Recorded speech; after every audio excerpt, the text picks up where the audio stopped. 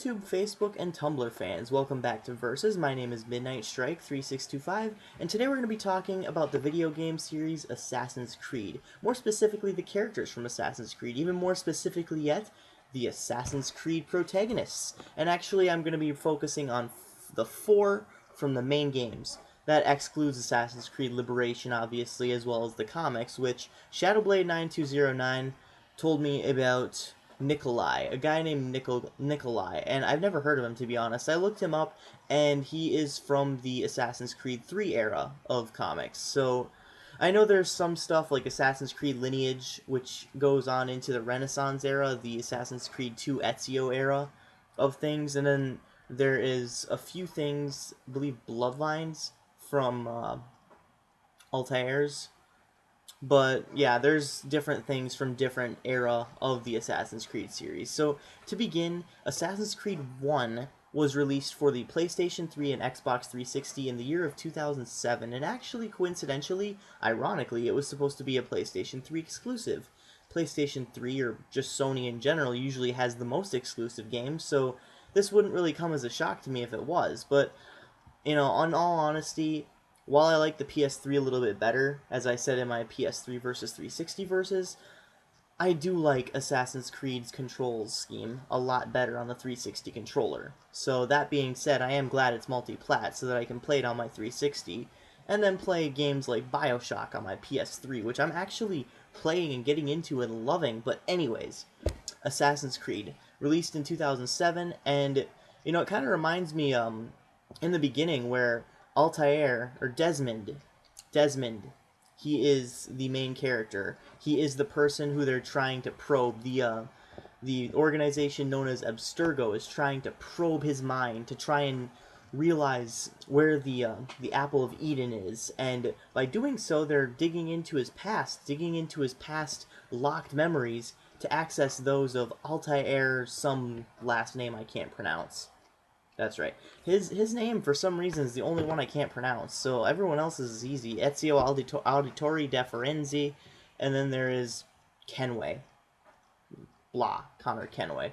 But, oh yeah, and Haytham Kenway. If you really want to include Haytham, I guess this is a 5-way debate, but I didn't include him on the title card because I really don't consider him a main Assassin's Creed protagonist. You only really play as him for about 2 hours of gameplay, so, you know, that being said, 2007, Assassin's Creed, you begin playing as Desmond, and I don't really like Desmond. He's kind of a bland and generic character. He's about the most bland character in the history of protagonists, practically.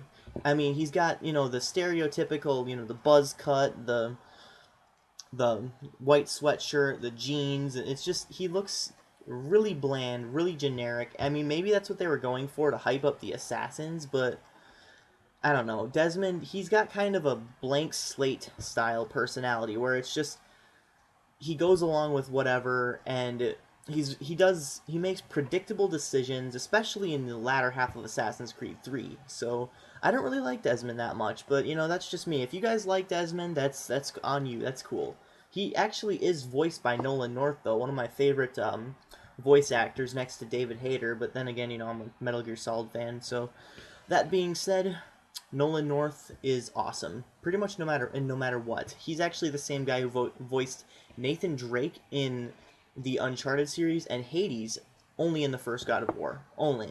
So, yeah, good voice acting, and dialogue is practically perfect in all of these games, except for with the exception of Altair's accent in the first game. So, story-wise, Altair begins as this giant assassin, master assassin, but then he makes a few slip-ups and loses his rank. It's kind of like, you know, the cock tease that was Castlevania Symphony of the Night, where Alucard began with every single one of his powers, and you could just, like, slash up ghosts and frickin' vampires, and then, but all of a sudden, your powers are gone. You have to gain them back. What the fuck? You know? That was brilliant, though. I gotta admit, that was brilliant, but in a cock tease-ish kind of way. So, yeah, it's kind of like that, except for in a much less dramatic fashion. Thank God. Much less dramatic. I mean, I swear to God, if you had every single one of his weapons... Actually, side note, Brotherhood actually does that. You have all these weapons, but then you lose it in the beginning sequence. So it's kind of like that again, you know, Castlevania Symphony of the Night. It just really reminds me of that. But as far as Altair goes, he has a lot of skills, and he even cut off his ring finger in order to put the hidden blade in there, because back then you actually had to do that, and it was a real test, a real shown, like a sign of sacrifice, like you were willing to do that for the assassination order, or for the assassin order of assassins. And you know, there actually is an Assassin's Creed that they follow, as in like a book or a pamphlet or whatever, you know. They have to follow the creed, you know. And yeah, it's not really emphasized so much in the future games, more so in the first one. But that being said, the first game is kind of repetitive. But, you know, whatever. We get on to the second Assassin's Creed, and we get introduced to Baby Ezio, because in the beginning you actually earn the trophy / achievement, Birth of an Assassin, by watching Ezio basically be born. No, you don't get to see all that gross crap, but yeah, you see him as a baby after he's born, and you get to control him as a baby, so that's pretty sweet. And Ezio is one of those people where it's just like, you basically see him from the time he is born to the time he dies. You basically witness his entire life. It's just one of those things that really sticks with you, really makes you feel for the guy. I mean, he's really relatable. He's one of the best characters, one of the best protagonists in the history of gaming, in my opinion. It's just, the character development is just, you can't compare to it, basically. And in the second game, he's not up to par with Altair. He's still living in the Master Assassin's shoes, trying to follow in his footsteps, unlock and get his armor, which is for some reason black. I don't know if maybe Altair made some black armor or something after his white armor, but I was expecting at first to get Altair's actual robes.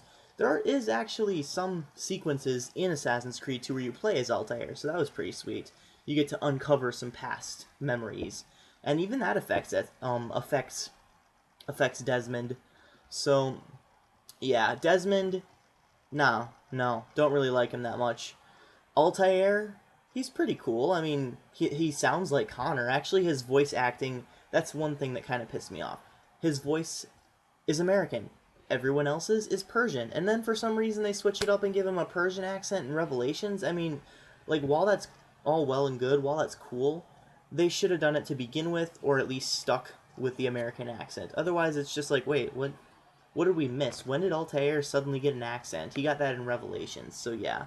Ezio in Assassin's Creed 2 basically grows up, and then by the time the end of Assassin's Creed 2 hits, he basically has all the skills necessary to take down Rodrigo Borgia. And, you know, then Brotherhood comes around, and then, of course, Revelations, and he's grown into this old man. He's basically the master assassin that was Altair in the past. So he basically learned all the skills that Altair had, and he's basically just, I know I said basically a million times, but he is just as knowledgeable in combat as Altair was. So then we come to 3. Yeah. American Revolution time. Time for some Forrest Gumpish scenes where we just place Connor into things that we know he wasn't there, okay? That's one thing that really kind of pissed me off about Assassin's Creed 3. I know I reviewed it. I don't know if I detailed on this, but it reminds me of Forrest Gump, where, you know, it was just, that was for comic relief. That was brilliant. This is expecting you to take it seriously. I mean, the Italian Renaissance, that's far away enough from our own time, and it's not, you know, frequently pounded into our heads since elementary school what happened during that time period. So it's going to seem a little bit more realistic with the American, or with the Italian Renaissance, as opposed to the American Revolution. So Connor, as far as the character of Connor goes, he has a one-track mind. I really don't like Connor. Connor is probably, honestly, I can't even decide between Desmond and Connor. That's how bad he is. I don't like Desmond at all. I mean, he's alright. I like the later games a little bit better, where you play as him and where they focus on him a little bit more. But as far as that goes, he's still kind of a blank slate. Let's see. Connor, on the other hand, I have to save my people. I'll join the Templars to save my people. I'll get thrown in jail because I was stupid and decided to chase some guy. He kills millions of redcoats on the street, and you get thrown in jail for fucking chasing some guy. I mean, it's like, what the hell, dude? You know? I mean, he's kind of a wimp. Connor is a pussy. I'll say that. I'll say it. Connor's a pussy. There, I said it. He can't even run fast enough to catch the main, Charles Lee, the main bad guy of the game in the end. So he never really gets it. It's just, he's all over the place. First, he wants to defend his country from the Templars, then from the Redcoats, from the British. It's like, he's all over the place. Then he joins the Templars, then he is against the Templars, but then he finds out his dad's it's just not good. I don't like Connor. He's all over the place. He doesn't make any sense. I can't pronounce his real name. That's another thing. It's kind of like with Altair's last name. I can't pronounce Connor's real name. It starts with an R. But I do like see, I can't even remember the guy's name. It's been forever since I played it. I almost said Morpheus, but Achilles, that's what it was. Achilles. I really like Achilles. Kind of puts him in line and everything. The dialogue in that game is perfect, but as far as the character of Connor goes, he's a little bit on the weak side. He doesn't really have the personality, and he doesn't even have really any fighting skills to back that up. So, in my opinion, overall, fanboys are just going to say, really, Midnight Strike, but I like Ezio. Ezio, in my mind, is one of the best protagonists out there in video gaming history just because of the sheer amount of character development that goes on during his trilogy. I mean, one could sit there and say, yeah, well, they just caught on to Ezio and said, hey, he's popular, so let's milk the franchise. They kind of did, but in a good way. I mean, the characters, the plot twists, everything with that trilogy was really good and really tight-knit and really fun to play and experience. So, what's wrong with that? So what they came out year after year? So what they came out yearly? It's still a fun, enriching experience with that trilogy anyways. But as far as my second favorite goes, Altair is just down there because while I didn't really enjoy the character development, he is a badass. He's a badass master assassin. He's the most powerful of them all. Ezio is basically living in his shadow for the latter half of the second game, so I do give him credit there. Altair is a badass. He's my second favorite from the Assassin's Creed series, so yeah, I believe my lineup would probably go Ezio at number 1, and then Altair, Desmond, Connor. I do like Desmond because, again, the latter half, of the games, they're not bad with Desmond, but it's just 1 and 2. He's just this blank slate. I can't really put my finger on. I just don't really like it. There's something about him that's just too bland. And Connor's just a wimp. I don't like Connor at all. Hatham, he's kind of bland too. There's not really much added to his character. It's just, I don't know, something about it. But yeah, that's pretty much all I have to say on the topic. But as this is meant to generate some discussion, I want to know, what is your favorite Assassin's Creed protagonist and why? Just put your answers in the comments section down below here, and we will see each other soon. This is Midnight Strike 3625. Hope you enjoyed this video. Keep calm and rock on.